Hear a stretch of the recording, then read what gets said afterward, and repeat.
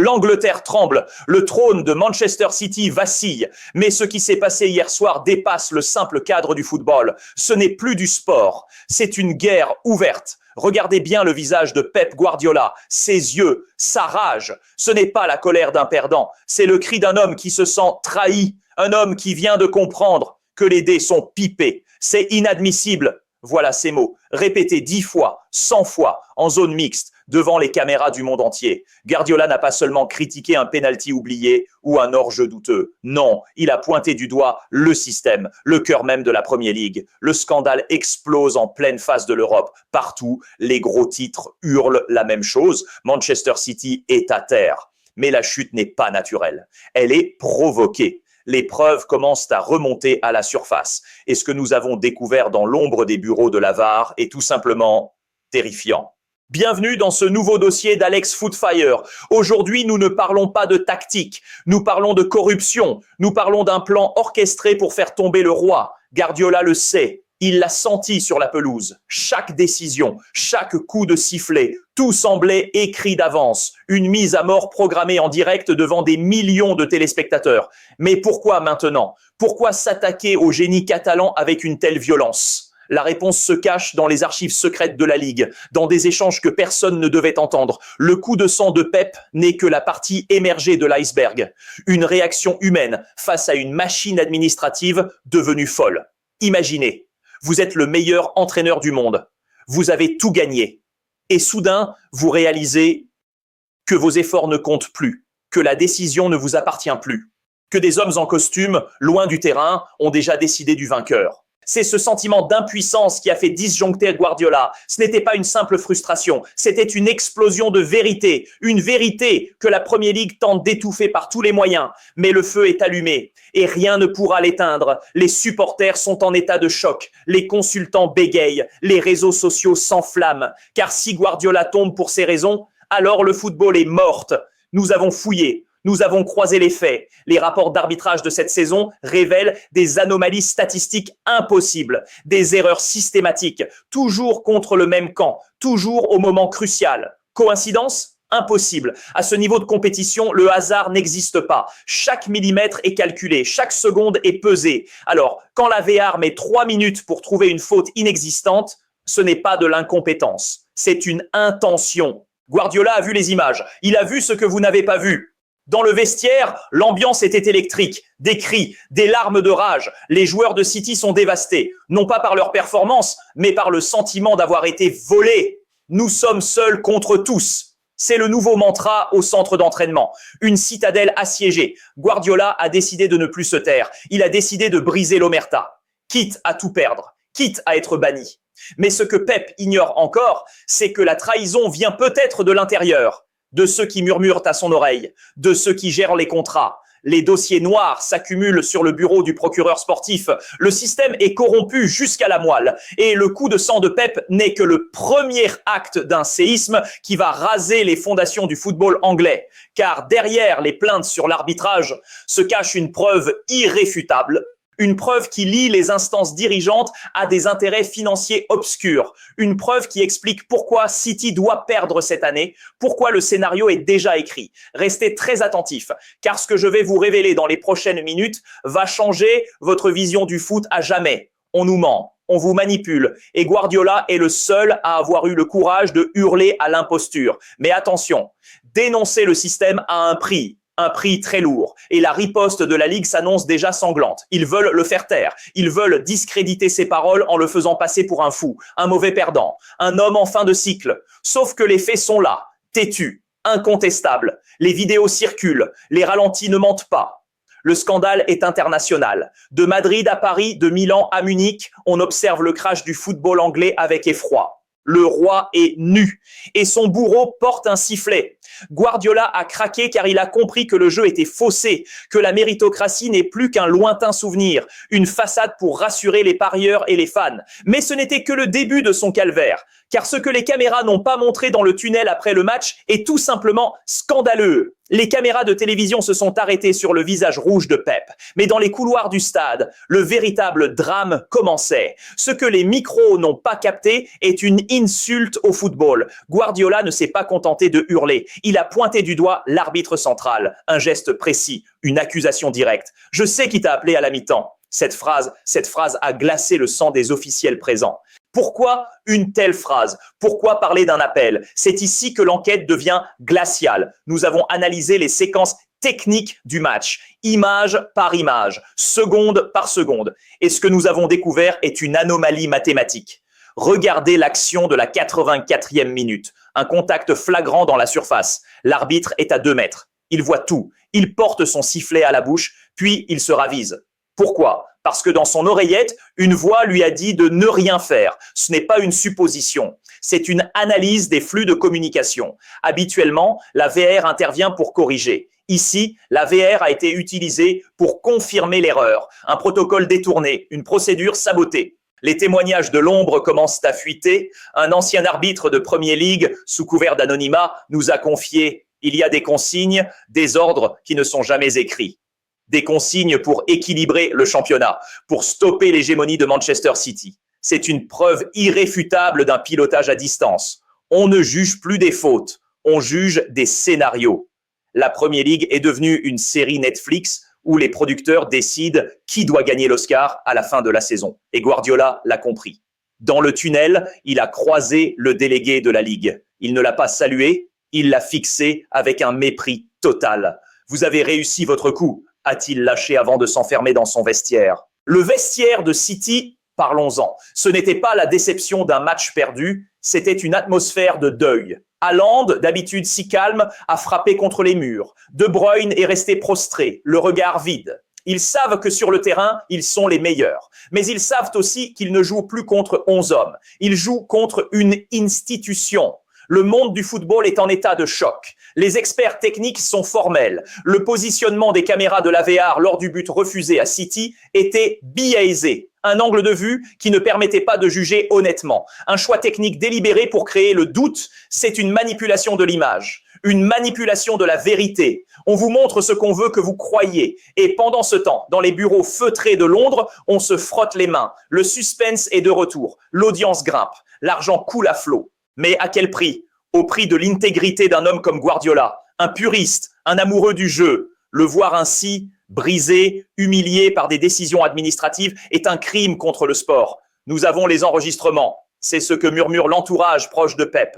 Manchester City aurait engagé des experts en cybersécurité pour récupérer les échanges audio complets entre le terrain et la salle de contrôle. Si ces bandes sortent, c'est l'explosion mondiale. Le système tremble. La fédération anglaise multiplie les communiqués pour rassurer. L'arbitrage est humain, disent-ils. Mensonge. L'erreur humaine est aléatoire. Ici, elle est chirurgicale. Elle frappe toujours au cœur au moment où City peut reprendre l'avantage. Les statistiques ne mentent jamais. Sur les 10 derniers matchs de City, le ratio de décisions litigieuses est de 90% en leur défaveur. C'est statistiquement impossible dans un système honnête. C'est une signature, la marque d'un sabotage organisé. Mais le plus inquiétant arrive. Des sources proches de l'UEFA nous rapportent des mouvements suspects, des pressions politiques. On veut faire de Manchester City un exemple. On veut montrer que personne n'est au-dessus du système, pas même le club le plus puissant du monde. Guardiola est devenu l'homme à abattre. Son intelligence dérange, sa domination agace. En explosant devant les caméras, il a franchi une ligne rouge. Il n'est plus seulement un entraîneur, il est devenu un lanceur d'alerte. Et les lanceurs d'alerte dans ce milieu finissent souvent broyés. La presse anglaise, aux ordres de certains intérêts, commence déjà sa campagne de dénigrement. On parle de sa santé mentale. On dit qu'il a perdu les pédales. On essaie de détourner l'attention du vrai problème, la corruption. Mais les fans ne sont pas dupes. Sur les réseaux sociaux, le hashtag Justice for City explose. Les images du coup de sang de Pep font le tour de la planète. C'est le cri de ralliement de tous ceux qui en ont assez des magouilles en coulisses. Pourtant, malgré toute cette agitation, le pire est peut-être à venir. Car si le système est capable de truquer un match de ce niveau, de quoi est-il capable pour la suite? La Premier League est-elle encore un championnat ou une simple parodie? Ce que Pep Guardiola a découvert ce soir-là va bien au-delà d'un simple match de foot. Il a découvert les noms de ceux qui tirent les ficelles, les visages derrière le rideau, mais ce qu'il a vu dans le rapport secret que son adjoint lui a glissé à l'oreille juste avant la conférence de presse est encore plus accablant. Les masques tombent. Ce que vous allez entendre maintenant est le secret le mieux gardé de la City de Londres. Guardiola n'est pas devenu fou. Il a simplement découvert l'identité de ses bourreaux. Dans l'ombre de la Premier League, une organisation occulte tire les ficelles. On les appelle les gardiens de l'équilibre. Un groupe de dirigeants, de propriétaires de clubs rivaux et de magnats des droits TV. Leur but, briser l'hégémonie de City pour sauver le produit financier qu'est le championnat anglais. Tout commence par une réunion secrète dans un hôtel de luxe à Knightsbridge. Date, 3 semaines avant le choc. Ordre du jour, la neutralisation tactique et administrative de Manchester City. Ce n'est pas une théorie du complot, ce sont des faits. Des échanges de mails cryptés ont été interceptés par des hackers proches du club. Le nom qui revient le plus souvent, Howard Webb, le patron des arbitres. Mais il n'est qu'un exécutant. Au-dessus de lui, les pressions viennent directement des diffuseurs. Une domination trop longue de City fait chuter les audiences en Asie et aux États-Unis. Le public veut du suspense. Alors, le système lui offre du suspense, de force. Guardiola a eu accès à une liste de transactions suspectes, des bonus occultes versés à certaines sociétés de conseil liées à des arbitres de haut niveau, des montants déguisés en frais de formation ou en consulting. C'est de l'argent sale, de l'argent versé pour s'assurer qu'au moment fatidique, le sifflet reste muet. Vous avez vendu votre âme. C'est ce que Pep a hurlé au 4e arbitre. Il ne parlait pas d'une erreur de jugement, il parlait de corruption financière. Le point de non-retour a été atteint quand Pep a découvert que même les lignes de hors-jeu de la VAR étaient tracées par une société externe, appartenant à un fonds d'investissement lié à un concurrent direct. C'est un conflit d'intérêts massif, une trahison pure et simple. On a installé une technologie de pointe pour donner une apparence de justice tout en gardant le contrôle manuel sur le résultat. Le bouton off de la vérité est entre les mains de ceux qui veulent voir Guardiola échouer. Le plan est diabolique. On ne fait pas perdre City 5-0. Ce serait trop louche. On les fait perdre par petites touches. Un carton jaune précoce pour casser l'agressivité. Une faute non sifflée qui entraîne un contre. Un arrêt de jeu trop court quand il pousse pour marquer. C'est du sabotage chirurgical. Pep sait que son téléphone est sur écoute. Il sait que ses adjoints sont approchés. On a tenté de corrompre un membre de son staff technique pour obtenir les données GPS des joueurs. Pourquoi ? Pour connaître leur état de fatigue et dire aux arbitres quand mettre la pression physique. C'est de l'espionnage industriel déguisé en sport. Le système a peur, car Guardiola possède un dossier, le dossier noir de la Premier League. Un document de 40 pages qui détaille comment les tirages au sort et les nominations d'arbitres sont manipulés pour favoriser certains scénarios de fin de saison. La décision de Guardiola de tout déballer a provoqué une panique totale à la fédération. Des appels d'urgence ont été passés toute la nuit. Calmez-le, peu importe le prix. On lui aurait proposé une immunité totale sur les 115 charges financières qui pèsent sur le club en échange de son silence. Vous vous rendez compte ? On utilise la justice sportive comme un moyen de pression pour étouffer un scandale d'arbitrage. C'est du chantage, un chantage d'État au sein du football. Mais Guardiola est un homme de principe, un stoïcien. Il ne pliera pas. Je préfère tomber avec ma vérité que de régner avec vos mensonges. Voilà ce qu'il a dit à son président en quittant le stade. Il est prêt à la guerre totale. Il est prêt à voir City relégué en 5e division s'il le faut, pourvu que le monde sache la vérité sur cette ligue corrompue. Mais attention, le système a une arme ultime, une arme qu'il n'utilise qu'en cas d'urgence absolue. Il s'apprête à sortir une fausse preuve contre Guardiola lui-même, une tentative de destruction d'image pour le discréditer avant qu'il ne parle trop. L'étau se resserre, le point de non-retour est franchi. Ce n'est plus une question de points au classement, c'est une question de survie pour l'un des plus grands génies de l'histoire. Mais alors que tout semble perdu, Guardiola prépare un coup de théâtre que personne n'a vu venir. Une annonce qui va faire exploser la Premier League dès demain matin. L'heure de vérité a sonné. Le football mondial retient son souffle. Guardiola est au bord du précipice. Mais un génie ne tombe jamais seul. Il emmène tout le monde avec lui. La rumeur qui parcourt Manchester ce matin est une déflagration. Pep aurait déjà signé sa démission. Non pas par faiblesse, mais pour devenir libre, libre de parler sans que le club ne soit sanctionné par sa faute. C'est son ultime sacrifice, son geste de chevalier stoïcien. Dans ce monde de loups, Guardiola applique la loi du détachement. Le succès, une illusion. L'échec, une leçon. Ce qu'il nous montre aujourd'hui, c'est que la dignité d'un homme vaut plus que tous les trophées du monde. Si gagner signifie mentir, alors je préfère perdre. Cette phrase devrait être gravée à l'entrée de chaque stade. Le système pensait l'avoir brisé. Ils ont créé un monstre de vérité. Les avocats de la Premier League sont en état d'alerte maximum. Car si Pep démissionne et convoque une conférence de presse indépendante, le château de cartes va s'effondrer. Les sponsors vont fuir. Les contrats TV vont être annulés. C'est le scénario du chaos. Regardez bien la force tranquille qui émane de lui malgré la tempête. C'est la marque des grands. Ne pas se laisser emporter par l'émotion, mais utiliser sa colère comme un laser.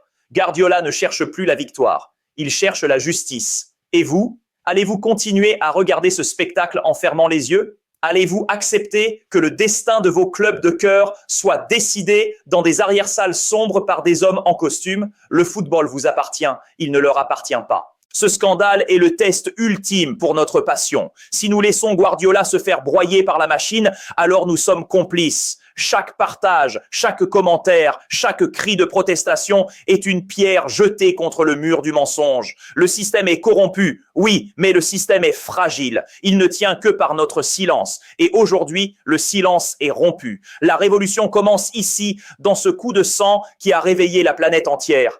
Restez connectés. Car ce qui va tomber dans les prochaines heures va changer l'histoire du sport à tout jamais. Les preuves sont prêtes, les témoins sont dans l'ombre, et le feu allumé par Pep Guardiola ne fait que commencer. Le succès n'est pas de gagner à tout prix. Le succès, c'est de rester debout quand tout le monde veut vous voir à genoux. C'est la leçon stoïcienne de Pep. C'est la leçon d'Alex Footfire, alerte dossier noir. Le système peut-il vraiment effacer Guardiola? Ou est-ce le début de la fin pour la Premier League telle que nous la connaissons? Dites-moi dans les commentaires. Pensez-vous que City est la victime d'un complot ou que Pep cherche des excuses? Je veux lire vos théories les plus folles. Abonnez-vous et activez la cloche. On ne vous dira pas la vérité ailleurs. Ici, on brûle les masques. Partagez cette vidéo. Le monde doit savoir. Le combat continue.